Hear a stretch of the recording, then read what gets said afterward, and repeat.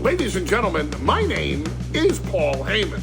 And as your wise man, I'm here to bestow upon you the wisdom that you're listening to Punks Talk Wrestling. 1, 2, 3, 4.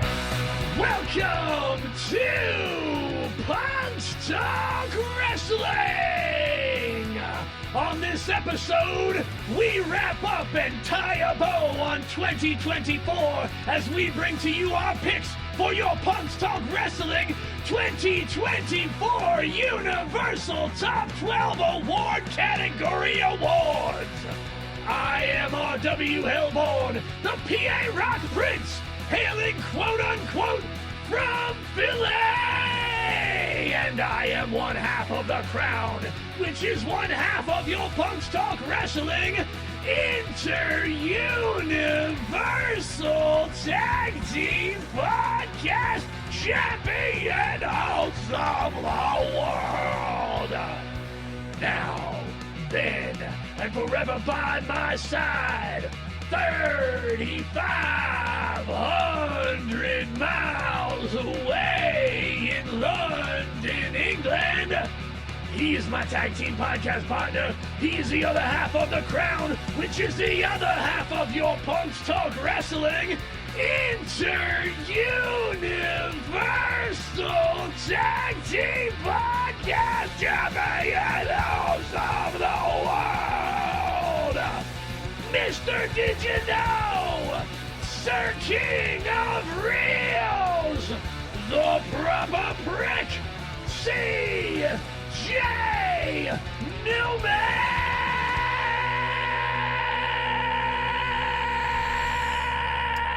Did you know that WWE Raw is moving to Netflix?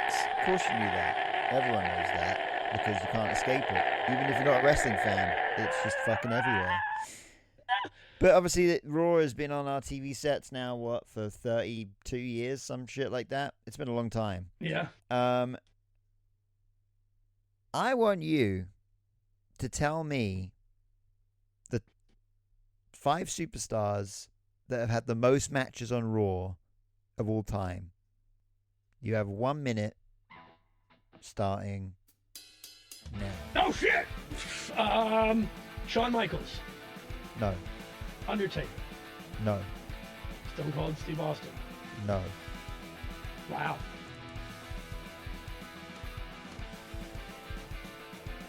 Triple H. Yep. Triple H is one. That's one of them. Kane? Yep. That's 2. Okay, that's 2 of the 5. Yep. Kurt Angle? Nope. We've got 30 seconds left. Jeez, oh man. Natalia? No.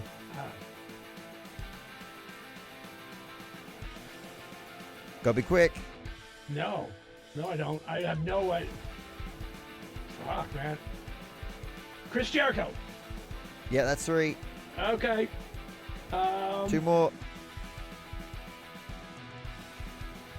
5 seconds. The Rock? No. Mankind? No. Yeah, and your minute. That's it. Your minute's up. So you had Kane, Chris Jericho, and Triple H. Those are your 3. Those are second, third, and fourth place. So you missed out on first and fifth. Okay. Well, there we go. So, right in the middle. We'll start with number 5. So John Cena has had 382 matches. Why did I Raw. not think of John Cena? Yeah, that's a good Probably because I can't see him. Exactly. Triple H is 4th with 384 matches on Raw. Okay. Chris Jericho's had 425 matches on Raw. Kane has had 442 matches on Raw. Mm-hmm. And Randy Orton is on top with 457 matches. Randy Orton. I'm ashamed of myself that I didn't think of that. Which of those 5 has the most wins? Huh? Oh, the most wins, John Cena. Yeah, you're right. Yeah. And which of those 5, and obviously the most wins of all time on Raw. Yeah. And which of those has had the most losses? Actually, there is that the superstar with the most losses is not in the top 5. Who's had the most losses? I'll give you 5 guesses. As another, did you know? Go. Oh shit! Oh fuck! The most losses on Monday Night Raw? on Raw. And it wasn't those people in the top It was five. none of those people.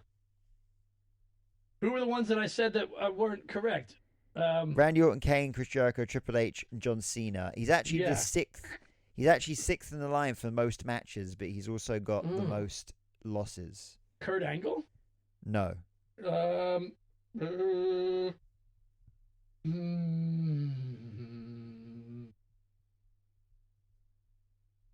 Edge? Nope. I've got 3 more guesses. CM Punk? Did he have those losses? Big Show? No. He's had 339 matches, though. Oh. Just so you know.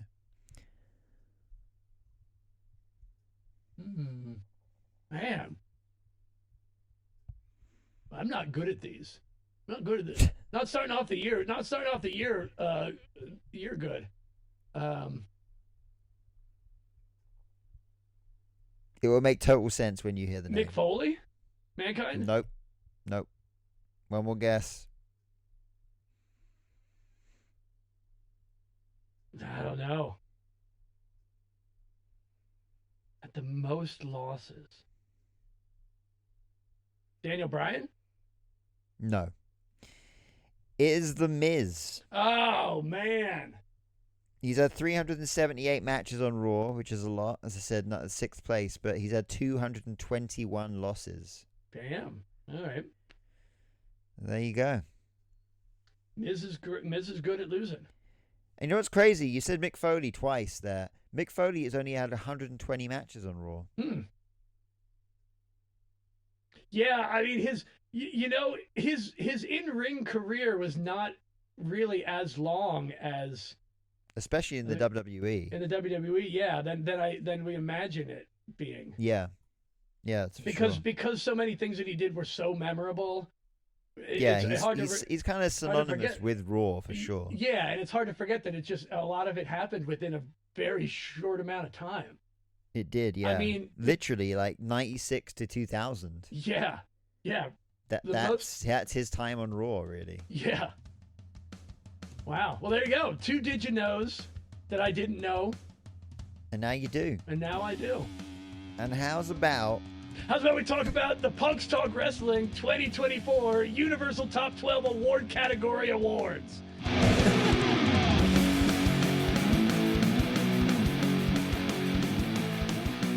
Today's episode, getting right the fuck into it. Yeah. We did this last year, and we did our top picks for the year. We've got all the same categories as last year. I've ordered them a bit better this year in like finishing with the bigger ones, because I think last year was a bit more sporadic.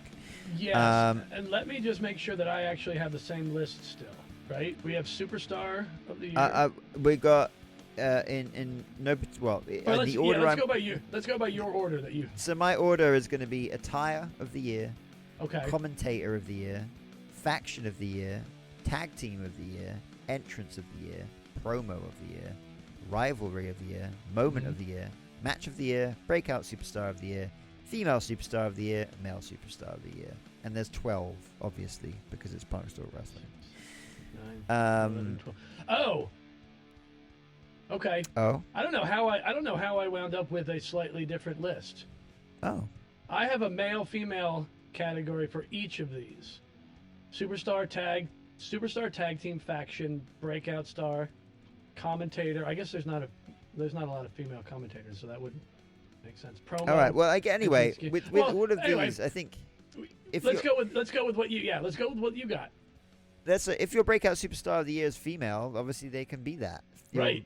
You know, if your tag team of the year is female, then they can be female. So anyway, attire. And now I've got all my answers for all of these, but you've I have none. not actually I have picked zero. anything. So this will be interesting. Yeah, I have not done my homework at all on this one. I'm gonna go with, when you ask the question, I'm going to just go with what pops into my head. Cool. Well, you've got all of the categories, and I obviously you can now think about all 12 at the same time, which I know is going to be a mess in your brain. Well, yeah, I mean, that's that thinking about 12 different things at once is usually how it goes. Right now, in your brain, Cody Rhodes is dressed as Bianca Belair in the main event of Fully Loaded 2001. That's about right. I mean that. Yeah. Imagine that. We'll make that happen in 2K 2K24. Attire of the year. I'll give you time to think. Do you want me to go first every time to give you a chance to think about it?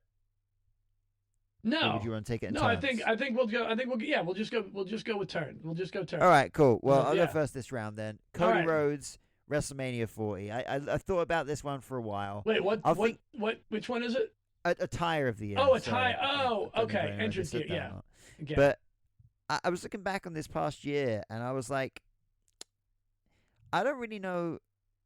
Not to say everyone's attire is fucking great these days, right? Even for an episode of Raw, but as it goes for entrance gear, like no one had, like even at WrestleMania, like there was a great entrance gear, but I think Cody Rhodes completely stole the show. He had the crazy skull mask thing. His robe is always amazing, but the one at WrestleMania was particularly amazing with the wings, and it was fucking incredible. Incredible piece of gear. So that's my, not much to say about attires. They are what they are, but this was a really, really nice one. What about you? Although another one just popped into my head, but yeah, go ahead. I don't have a particular one instance, but just Bianca Belair and Jade Cargill's tag team coordination of their gear. I think. Oh no, it was the Deadpool. Yeah, Bianca and Jade's Deadpool gear. I think if we're gonna pull one of the specific ones, I think that one was great. I'm still a fan. Like, I like when they use it sparingly, and I like when they use it inspired by, and not like, hey, I'm dressing up like there was the one time when I love Rey Mysterio and I loved a lot of his superhero gear, but like there was the one year where it was just, I'm dressed up as Daredevil. Like he just looked like Daredevil. And right. Yeah. Now you're just wearing a Daredevil, outfit. Yeah. But the definitely inspired by, is where my line is, where like I like to be, and that like I could tell that that's. Once someone said, "Oh yeah, that's like it's like a Deadpool inspired," but not like there's the Deadpool logo right there for you. Right. To know. Yeah. Because in general. Oh, sorry. No, my other. I guess I thought of another one when I get it passed over to you, but it was Bianca, Jade, and Naomi from WrestleMania. Their trios entrance. That was great. Overall, I love tag teams that have matching gear. Yeah. Shout out to probably the worst gear. Well, I don't even know if you could call it gear, but it was whatever the hell.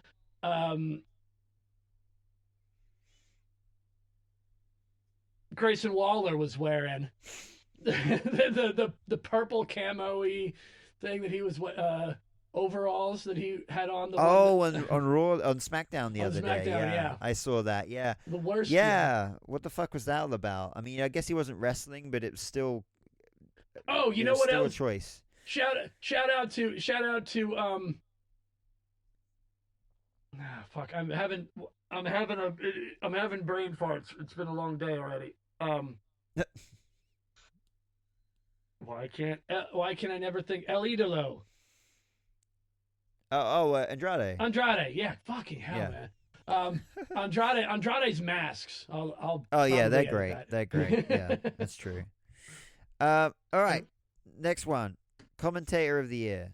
You go first. I'm giving commentator of the year to Joe Tessitore.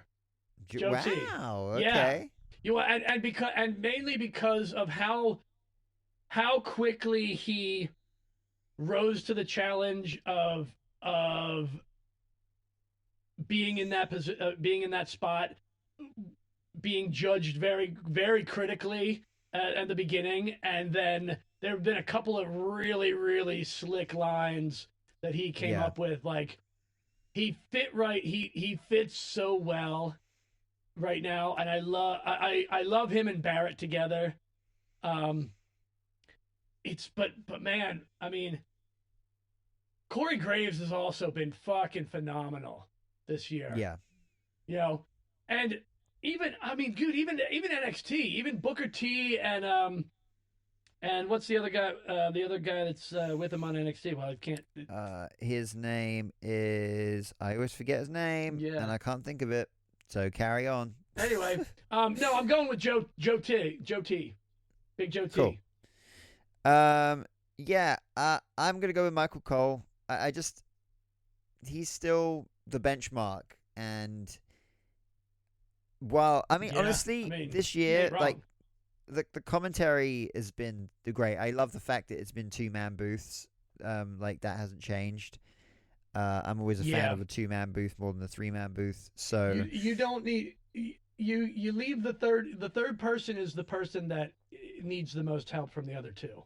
Yeah, exactly. So leave it for but special it's Michael occasions. Cole. I think I chose Michael. Well, yeah, just Michael Cole's just, he's the benchmark. He's still up there, and like, it looks like going into the new year, into 2025, it looks like we're going to have Michael Cole and Pat McAfee on Raw, which I'm totally here for. Dude, because, I love, and it's so, I know, man, it's so hard that, like you said, everybody's been doing such a yeah, fantastic there isn't job. Really a bad choice at the moment.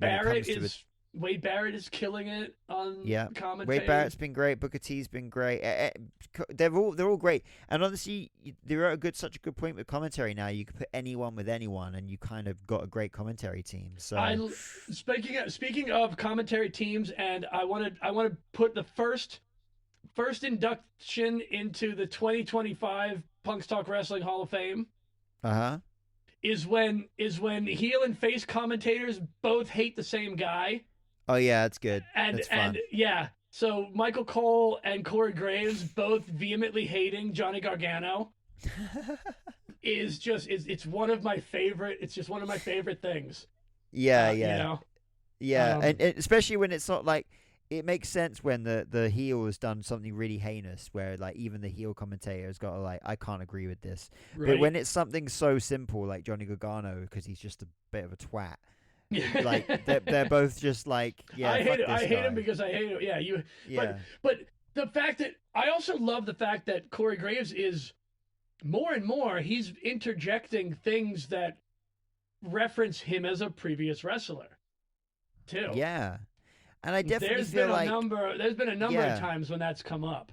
That's true. I do feel like under Vince McMahon's reign, I feel like when he was in NXT, he would bring it up all the time. When he came to the main roster, he kind of stopped talking about it. I feel like maybe that might be a bit of a Vince thing, where he was like, well, when he was announced. I think the way maybe it was envisioned is like, well, no one knew you were a wrestler because no one saw you wrestle on the main roster, so don't mention you were a wrestler. But it just wasn't relevant. Yeah, it wasn't relevant at the time. But I guess, like, fuck it. Adam Pearce used to be a wrestler. I've never seen him wrestle, but I know he used to be, so you can bring it up. All right, cool. Next up, faction of the year. I have gone for the Judgment Day because, honestly, even you look at the Judgment Day as a team before they haven't even split up. They're still around. Yeah. I mean, you got to look at them for their longevity. Even if there's loads of different members, they're still here years and years later, which is amazing for any faction in the modern era. To be honest with you, the fact that they're still kind of like in the kind of main event scene as a faction, and also they're still, even though they've broken up and lost a lot of members, they're still feuding with former faction members, and the fact that it's just like they've still got that spark to them, and it's hard to do that with a faction this far in. Well, especially considering my pick as faction, of course, is the Bloodline. But more specifically, that's what I was getting to. I'm actually going with the New Bloodline as my faction of the year because they did exactly what I wanted. They gave me what I want, and that was to believe that they were credible. Right. And throughout the year, they were able to continually do it. And as I think you and I are both well, as of this recording coming out, it will already have passed, so we'll see if we're right. I Yeah. 100% believe that that Solo Sikoa is beating Roman Reigns for the Ulathala and With the help of The Rock. maybe with the help of with the help of Paul Heyman, maybe. I don't know about that. Maybe. You never know. You never know. Yeah, I don't know what's gonna happen, but I really feel like Solo Sikoa is going over. I think the culmination of all this is he has to, because Rock has not really suffered the ultimate defeat yet. How about this? Or, not Rock. Roman Reigns. Roman Reigns has not suffered the ultimate defeat. He lost the championship, yes. What about if Solo does defeat Roman Reigns with the help of The Rock, and then Solo gives the Ulathala to The Rock? That would be interesting. Sort of like when Andre the Giant handed over the title to $1 Million Man after WrestleMania 4. And then you could finally then have The Rock versus Roman Reigns for head of the table, Ulathala. Roman finally defeats The Rock, takes the Ulathala, and the world is restored back to peace and harmony. I don't know though, because Rock has the People's Championship. That too, you can do that too. Which again, go back to, I guess we talked about this on the previous episode. I don't even know if these episodes are going to air in this order. We might be talking about this on the next episode.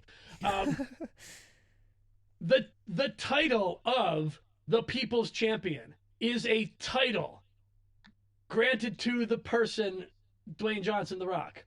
Yeah. The People's Championship belt represents the title of the People's Champion. And that's why it is a very real title, and it's a very real championship. Right, yeah. It's true. Anyway, it's true. It's true. Next, because I believe it. Anyway.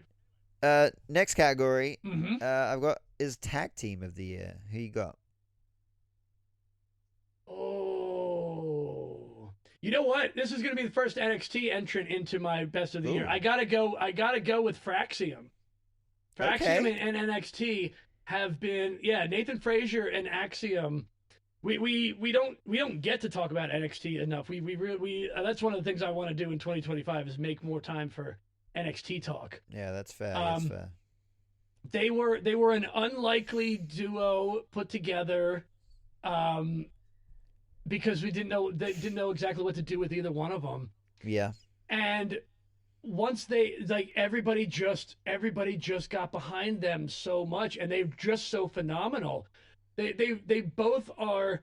You've got a great combination of a fast technical wrestler and a high flyer like luchador, and they've been both dominating, but believably dominating in a tag division in NXT, which is mostly full of bigger guys. Yeah. But mostly full of because they're some of the smallest comparatively to everybody. Yeah. But even when they're going one-on-one, they both had singles matches against freaking Obafemi towards the end of the year, and they were great. Yeah. But they've just been putting on some exceptional matches. Their promo skills are phenomenal. They did a really good work on a possible heel turn, maybe a breakup, but resolution angle.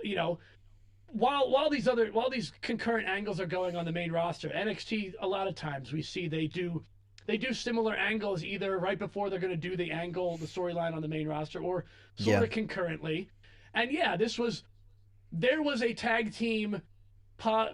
We had the New Day potentially splitting up. While we were thinking Xavier was going to turn heel, and instead COVID. God, we didn't even talk about that in the last year. Yeah, geez, that's a whole other kettle of fish right there. Yeah. And we don't even have a turn of. We don't have a 13th. Maybe we need a 13th category of turn of the year.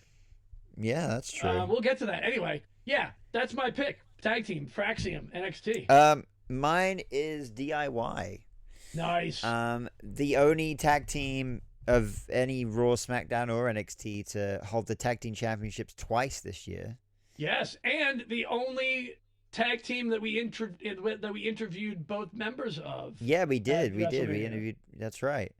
So obviously they beat A-Town Down Under in July on SmackDown, and then lost to the Bloodline. Right. So you interview us at WrestleMania, and you'll become champions as many times as we interviewed you. Just like the War Raiders. Just like the Raw Raiders. We only got to interview Ivar, and they. But we only had one champion. to interview because the other one was injured at the right, time. and they have one championship this year.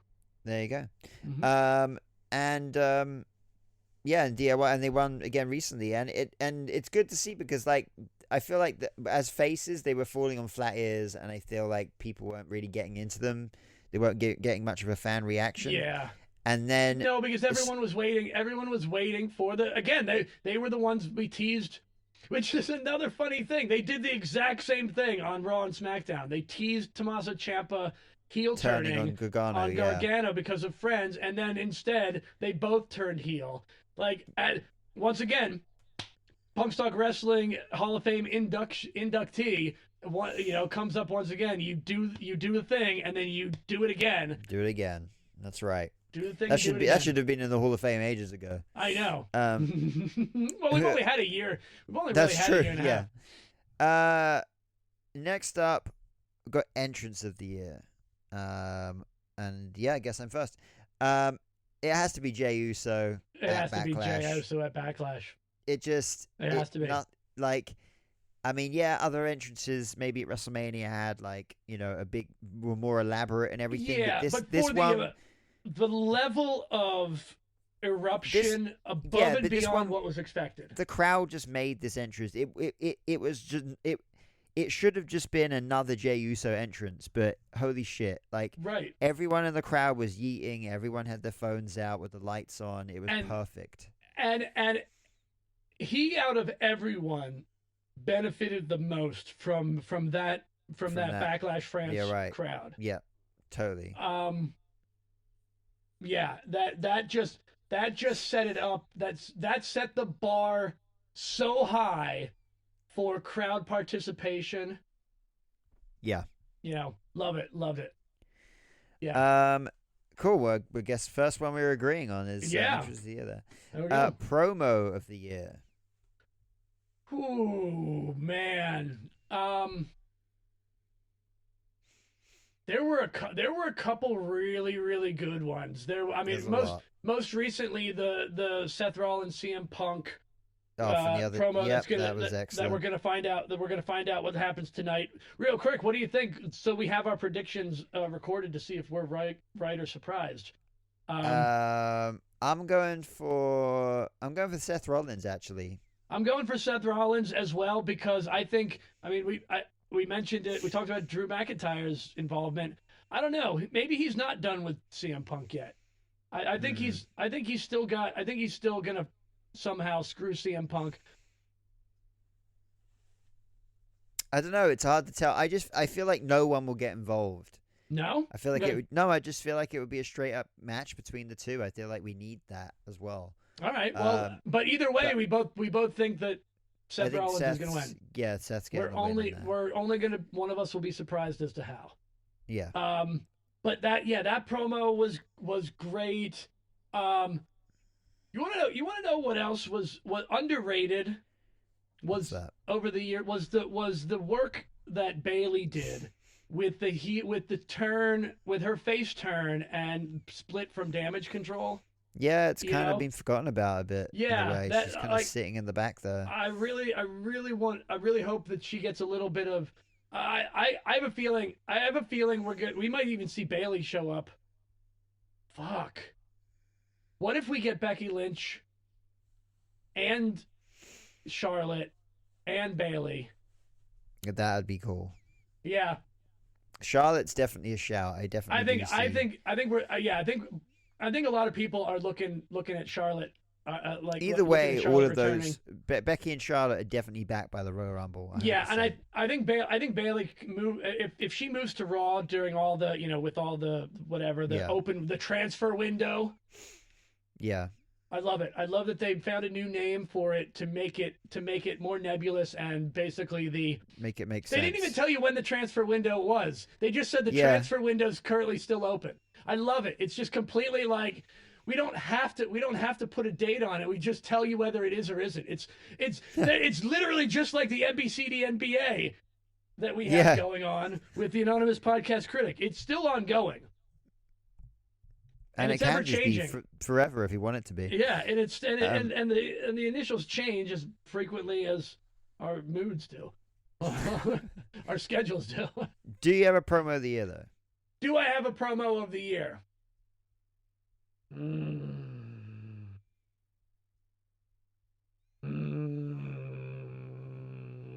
You know,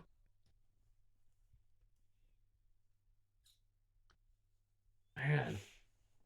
It's a tough one. It really is. There's so many freaking good ones. There's, Sami Zayn cut some good promotional promos with his IC title run. I think I think the I think the Drew McIntyre CM Punk promo, the feud,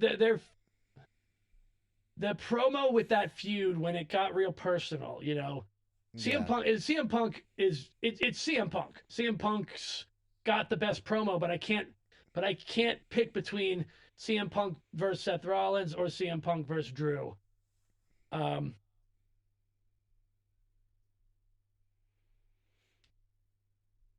Yeah, man, it's hard. What do you got? Maybe you can help me Mine decide. is actually The Rock, and it was the Mama Rhodes promo when he was beating down Cody Rhodes outside his bus. That was, I actually watched it back the other day. WWE put up a really good playlist on their YouTube page, which was unexpected endings to Raw.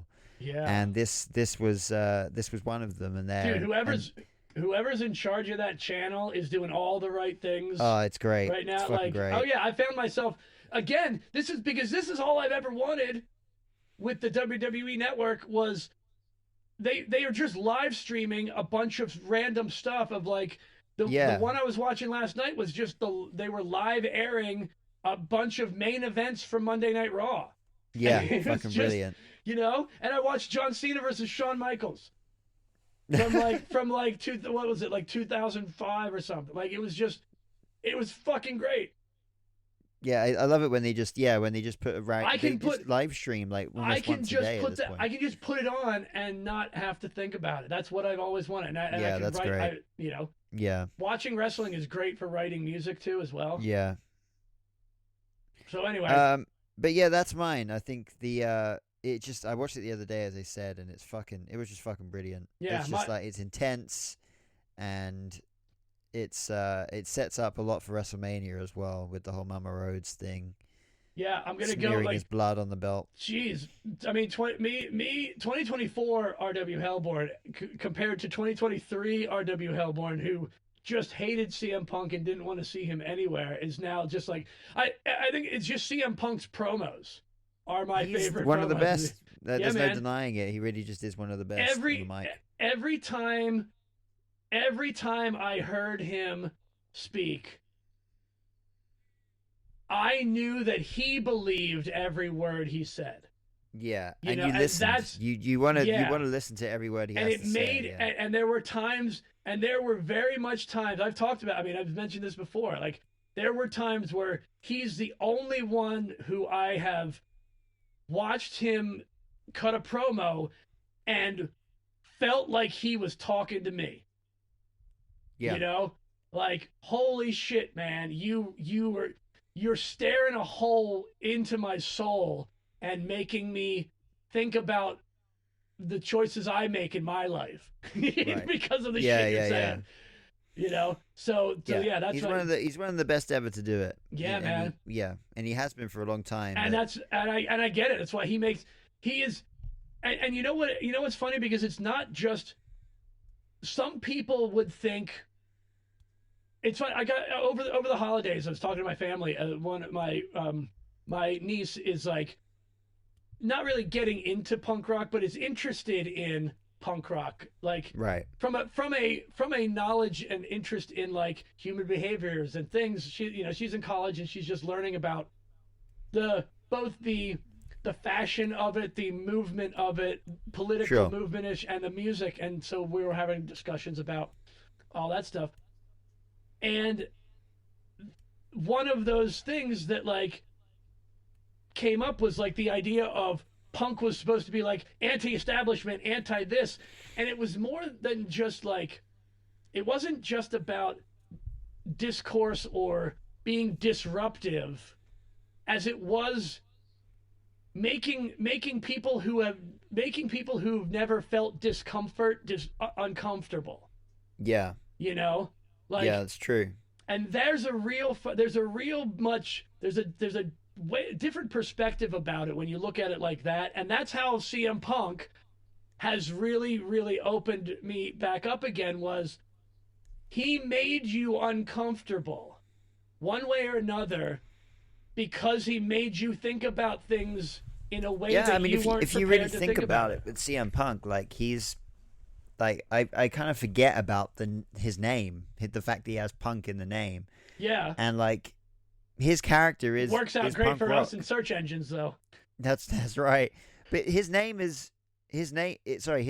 character is punk rock. He is a disruptor. He does make you think. He does question authority. He just questions everything. But not in the and that's why it kind of failed. It didn't work as well the other time around, was because it was too much about he was anti-establishment. It was making him anti-WWE. Yeah. It wasn't that. It was something that people didn't. Not everybody really got it. People were attracted to it and people loved it, but so many people still misunderstood it. And then when things happened that didn't really align with what they thought CM Punk was supposed to be about, it gets really discomfort. It gets really uncomfortable. And that's another reason why him and AEW just didn't work. He does not work. He doesn't work when you give someone who thrives off of pushing back. When you give them completely free control, there's nothing to push back against. Even by nature, like the nature is, give me a box so that I can break it. When you're just like, no, you can have everything. There's nothing. There is no comp. It's just as bad. CM Punk without someone to go against, in some way, it is like WWE without actual competition. That gets stale. It gets boring. You don't want to hear it anymore. Like, yeah. Anyway, where the fuck did that went off the rails? It's the beginning. It's the beginning of a new year, but just like last year, we're gonna go off the rails. Off the anyway, rails. Yeah. What's next? Next up is Moment. No, it's not. Sorry. Next up is Rivalry of the Year. Rivalry Or of the Feud year. Whew. There's a couple. I guess no, it's me first this time actually. Yeah. I went for CM Punk versus Drew McIntyre. It was either going to be kind of Cody Rhodes versus the Bloodline in general, or CM Punk versus Drew. But CM Punk versus Drew has been, I mean, we got to see like, at least that chapter of it from beginning to end. 3 different matches. We had a normal match with a special referee, the strap match, and we've had the Hell in the Cell match, and so many amazing promos between the two of them on Raw. So many fucking 3 amazing, excellent matches, which ended in one of the best matches of the year. Oh yeah. I just, it doesn't get much better than that. I think it's got recency bias. I think if it had been more closer to WrestleMania, I probably would have said that. And if I'm really thinking about it, look, the storyline with Cody and The Rock and Roman was one of the best stories told in professional wrestling.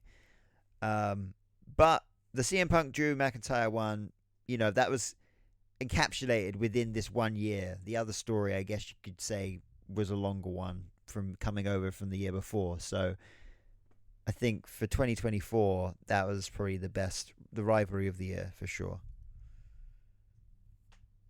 Yeah. What about you? That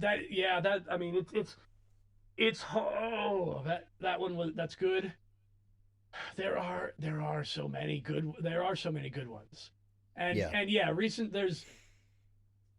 there was I don't know if it was I don't know, the Bailey versus Io, the turn wasn't really a rivalry. That was sort of her versus Damage Control for a face turn. Yeah. So that wasn't so much a rivalry. Earlier on in the year, what else? One of the best NXT rivalries of the year now, though, which was a contender for me, was Trick Williams and Carmelo Hayes. Oh, that was rivalry excellent. after his heel turn was really, really good. Yeah. So I do want to make mention of that. Can we? I know. Again, it's recency bias, but can we consider it? We can consider Kevin Owens and Cody Rhodes a rivalry now? Oh yeah, at this point, I would totally. Yeah, it's still continuing, but it's been going on for quite. It's been going on since Bad Blood, so it's been a while. Man, is there anything better than that one? Is the question. Liv and Rhea is probably the biggest women's rivalry for sure. Oh, big is yeah. That women? Yeah. Is that rivalry bigger? I don't know. Probably. I mean, by the numbers, sure. No. Yeah. Yeah, man, it's hard. It's hard because the other ones haven't, because all the other ones haven't completely paid off yet.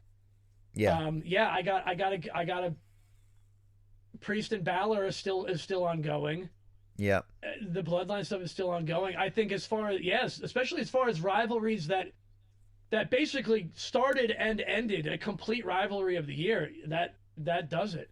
Yeah, I'm kind of encapsulates it. Yeah. Yeah, I think I'm going with you on that one too. Yeah. All right. Cool. Moment of the year.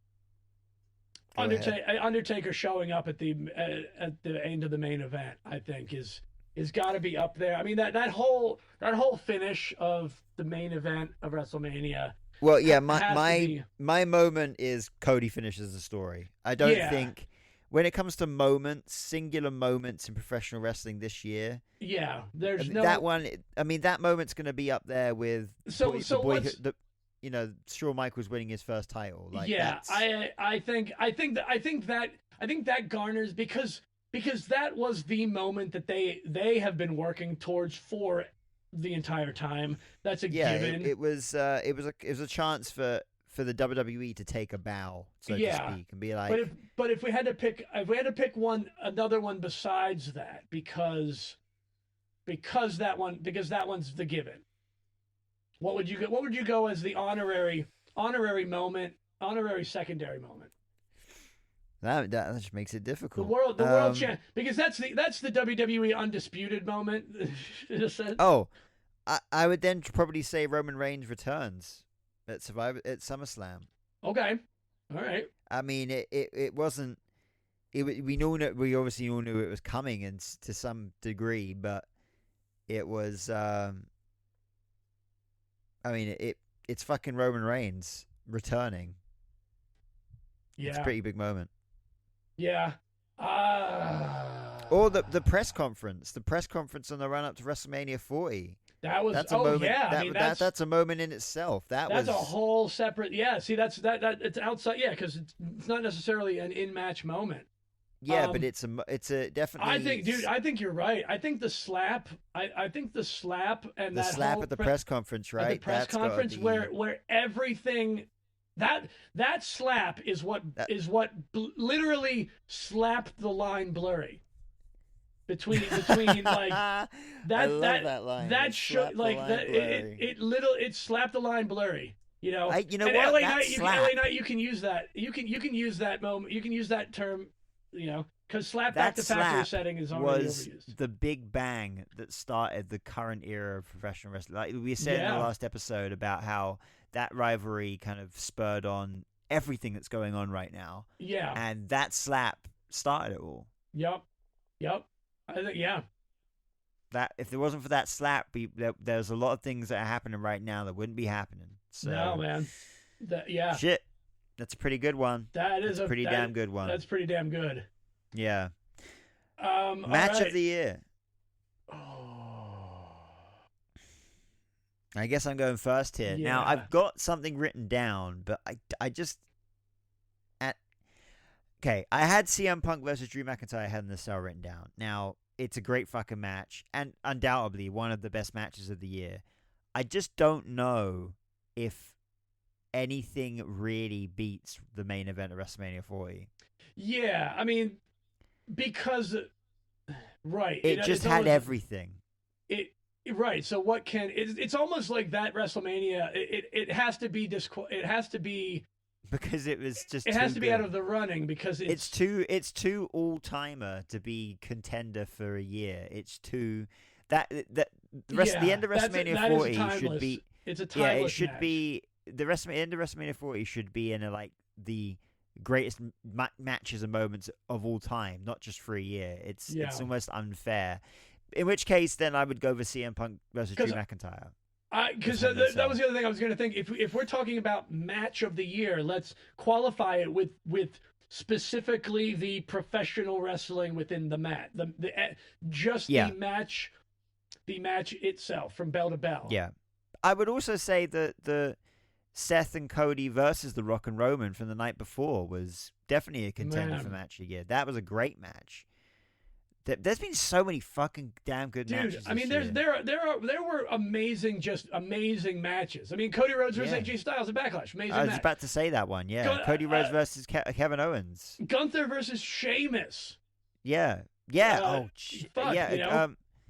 There's Gunther versus Sami Zayn. I mean, fucking phenomenal match. Yeah, there's. Sammy and Drew, Drew and Punk, the Drew and Punk Hell in a Cell might. What am I? Damian Priest and Drew McIntyre. There's so many. The in-ring quality Gunther, this year. Yeah, Gunther versus Randy Orton at Bash in Berlin. Fucking insane. Insanely, over half an hour long match. I mean, even recently with the Sheamus, Kaiser, and Braun Breaker in a triple threat for the Intercontinental Championship. That's such a small throwaway match. Fuck, talk about triple threat. You want to talk great fucking match? The NXT, the Oba Femi, Josh Briggs, and Dijak triple threat. Yeah. At Stand and Deliver. Again, this is why we need to talk about NXT more in 2025. Yeah, but there are so fucking many good matches. But what's the best match? I think we're on the same page again, man. I think it's McIntyre Punk at Bad Blood and Hell in a Cell. I think that's it was something else. I think it's got to be it. You know. It gave something that we haven't seen in a very long time, and we're not neither of us are bloodthirsty people. No. But that rivalry. You know what? And you know what? Because we don't see it all the time, and we're not conditioned for it. It was uncomfortable when it happened, and I was like, "Holy shit, that's a lot of fucking blood!" Holy fucking shit, that's a lot of blood. I'm genuinely concerned for the well-being of them both for it made it so much more impactful. Yeah. Like we said, that we don't see it all the time. Yeah. Yeah. All right. Breakout Superstar of the Year.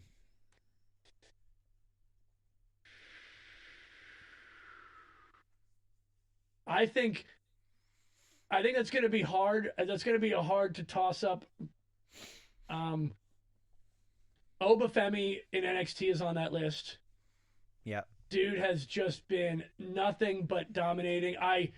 If he is not a surprise entrant, if he's not an entrant in the Royal Rumble this year, I'll be super disappointed. That's true. He should be a guy because he should be. Having him come out to see what the reception is is what is really the reason to have him. Like that dude, that he is a fucking superstar. Him or Trick Williams in the main in the Rumble Trick Williams has to be. Yeah. Trick Williams has to be. Especially if we get Trick Williams and Carmelo Hayes in the Royal Rumble. That would be... well, perfect. Absolutely. Yeah, because Carmelo's already there. You've got. I mean, that's an easy way to make to super spot for him. Shows up, eliminates Carmelo from the Royal Rumble. Genius. Yeah. I mean, dude, even better would be to start the fucking Royal Rumble. Start the Royal Rumble. Somehow, Carmelo Hayes has been causing fucking problems. Yeah. So, as punishment, have him be forced to be entrant number 1 in the Royal Rumble. But he's going to run his mouth because of whatever, and he's going to get himself the number 1 spot in the Royal Rumble, and then number 2 is going to be Trick Williams. Triple H and Shawn Michaels. I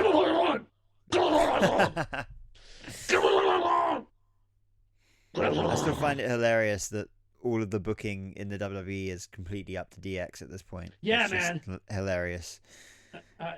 For me, I'm going for Bron Breakker. He was second on my list, man. He was the second one right there. Let's face it, he fucking won the Intercontinental Championship twice this year. He's been stellar in every fucking match. He went from being, people were kind of into him to like people really fucking being really into him now. He's become a bit of a fan favorite in this calendar year. Yeah. Coming up to the main roster. Another honorable mention was going to be Bronson Reed as well for me. Because he's made some waves as well. when it came to rivalry, one of my other options for biggest rivalry was going to be Bronson Reed versus everything backstage. Yeah, fair play. That dude, I mean, no pun intended, or I mean, pun intended, made a fucking splash. He showed up and just he made his mark in his own way. He doesn't have to win every match by being big and he just has to cause havoc and destruction. Yeah. And he is perfect at it. And he's gonna get that IC title this year. I believe. Yeah, for sure. I totally believe it, and I think I don't know who he's going to take it from, but it's going to be great, man. He's up there. Man, there's a lot of other stars, breakout stars in NXT, honorable mentions too. Like there's so many good people down there. Cora Jade is amazing. Roxanne Perez, NXT Women's Champion, amazing. Yep. Who had an amazing year because we interviewed her at WrestleMania as well. That's right. I think she was the only champion, right? She was champion at the time. Yeah. And she retained her championship. Yeah. So shout out to us again for recognizing champions.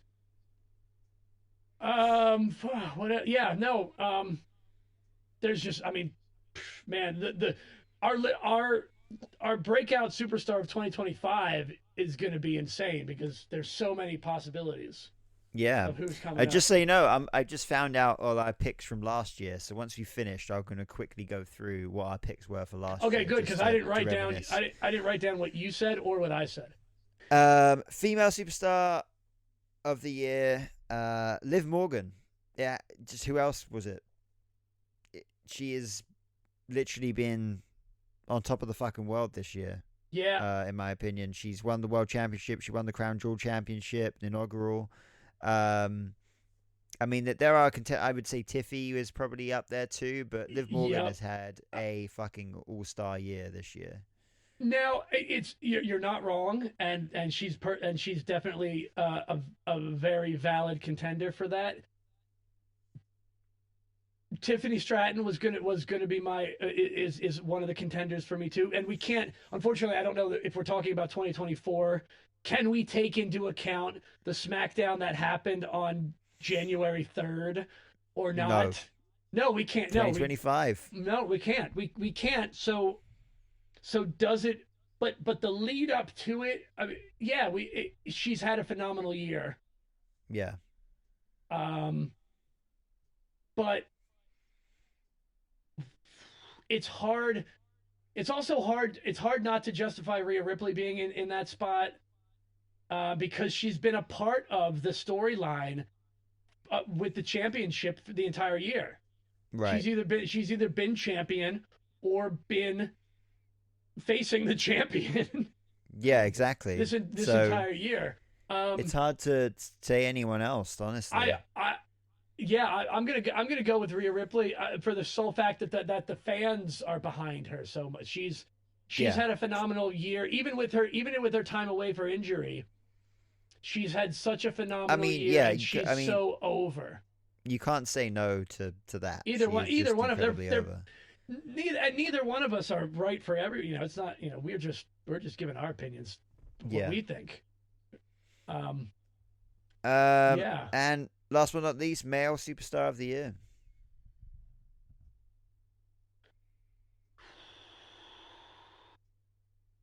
Fuck, that's tough. It's so tough. I mean, what do we base this on? What do we even basing this on? Is just the overall impact they've made. For me, I'm gonna go. I'll tell you who mine is straight up. I guess Tell me, and what are your qualifications? My qualifications are. It's a good question, but I think it's just like. Right, mine is Jey Uso. Okay. And yeah, I'm a massive fucking fan of Jey Uso. We get it, but in this year. He's really, like, if you look back at Jey Uso last year, he literally was wearing the Usos attire and it had a t-shirt that said Yeet on it. Now he's got the haircut, he's got the glasses, he's got shit tons of merch. He's one of the highest merch sellers in the company. He's wearing crop tops. He's got. Yeah, he has refined his image and definitively made it his own. Yeah, he's made it his own. He is a tag team guy who won his first singles championship this year. The crowd are so behind Jey Uso. It's insane how much the crowd love him. He has become the Yeet is the new Yes. You know what I mean? Oh yeah. And and need I say more than this? The other day, above LA, Netflix and WWE did a drone light show. And they did logos for loads of wrestlers. They did Seth. They did Roman Reigns. They did Stone Cold. They did John Cena. They did fucking Jey Uso. They had Yeet glasses. That's how popular that guy is right now. Yeah. And like that all happened in the year of 2024. And I just think, for me, on a personal level, I just think he has had one hell of a fucking year. He's been number one contender for the World Heavyweight Championship. He was well involved with the storyline with Cody and Roman going into WrestleMania.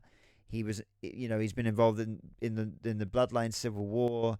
Mm-hmm. He obviously won the Intercontinental Championship with Braun Breaker. It's just been such a fucking excellent year for him. So, and he was the winner of the main event of the post Raw. After WrestleMania, so that's another big moment to give him as well. Like he has just had one hell of a fucking year. So that's my pick. I'm going a different direction because of different metrics. That's fine. I'm picking Gunther. Yeah. He started the year off as Intercontinental Champion, and he ended the year as World Heavyweight Champion.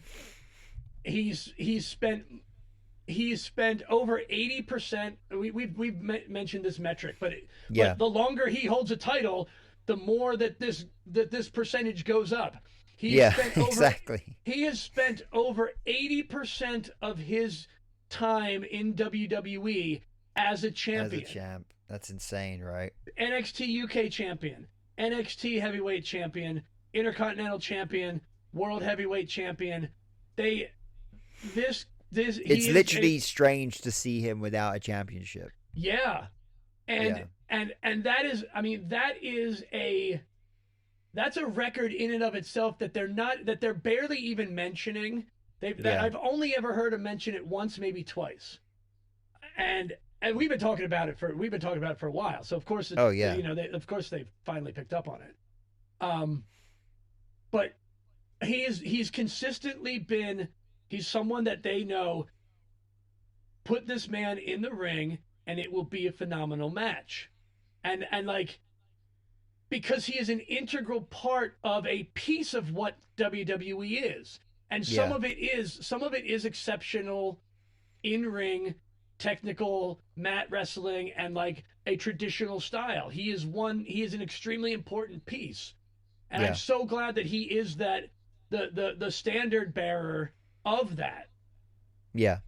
You know, it is phenomenal. And they're doing so much with him. Like, I loved the little bit of just that tiny crack in his armor after Crown Jewel, because his only loss has been to Cody Rhodes.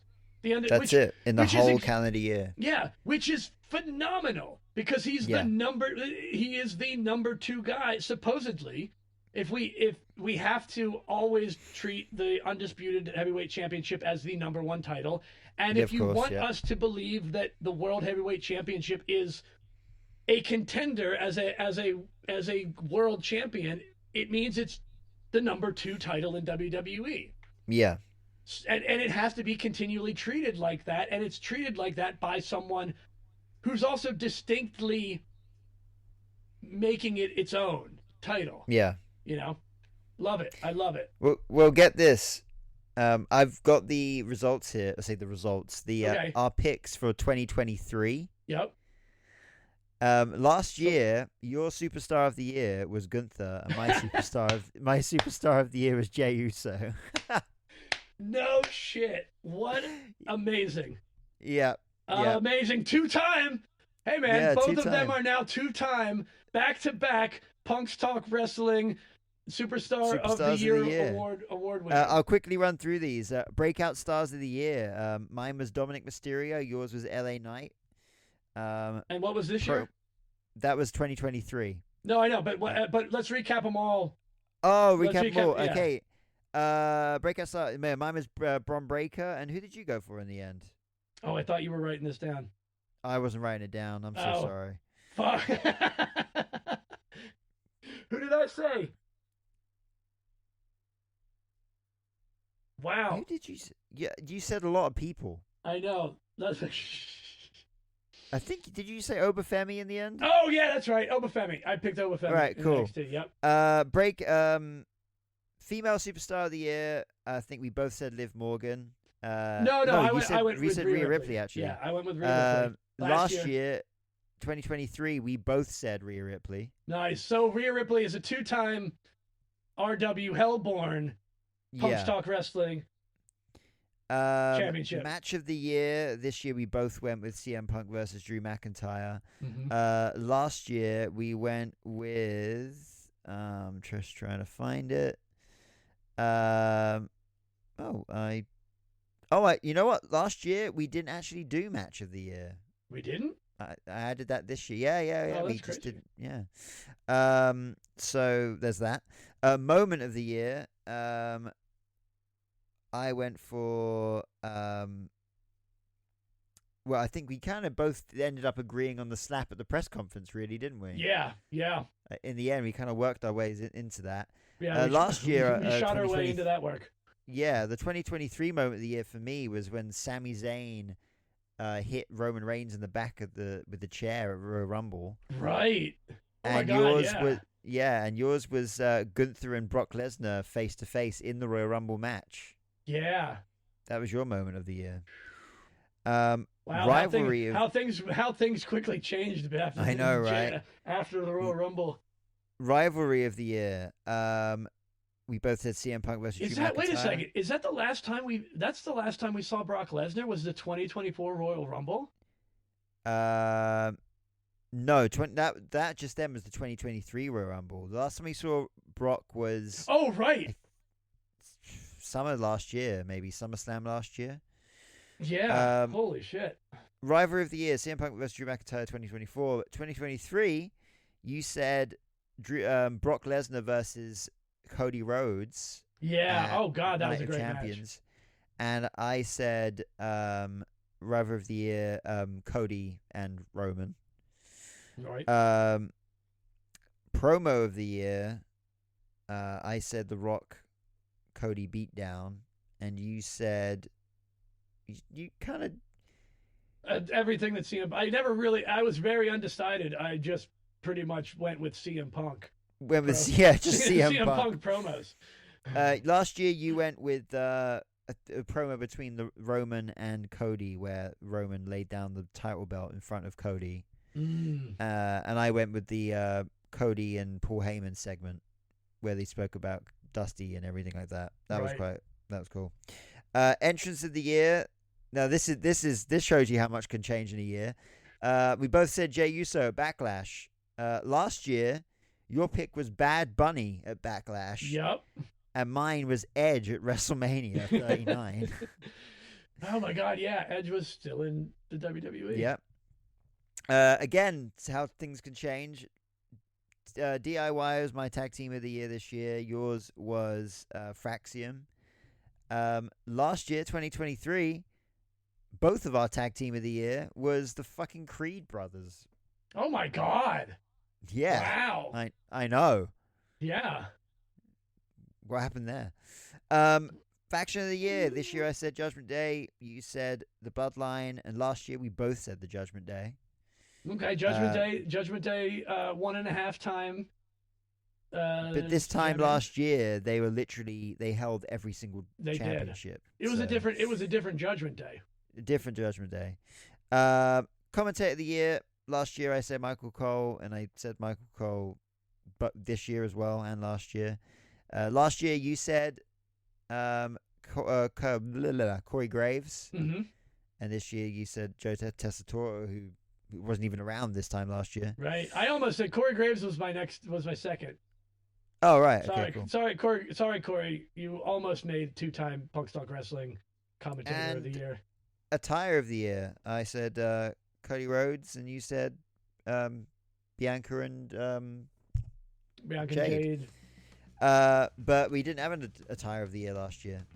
Basically, I added 2 this year so we could make it to 12. Oh, so we can make it top 12. Yeah, last year we hadn't officially created. We hadn't even done a top top 12 by that point. Yeah. Right. This time last year we didn't even have top 12s. We only had top 10s. We were like everybody else. You were like everybody else. Yeah. No more. And that's it. That is for another year. That's our top 12 top 12 of 2024. Universal top 12 of 2024. Our official Punks Talk Wrestling Universal Top 12 Awards of 2024. Yeah. Play some dramatic trumpet music here. I'll just play one of our other demo tracks. So that's fine. I just want something like Hall of Fame-y epic, Yeah. Well, maybe we'll come up with a new theme for next year's 2020, the 2025 top 12. Yeah. Awards of the year. Awards of the year awards. Awards of the year awards. Yeah. I mean that tracks for us. I think we're done.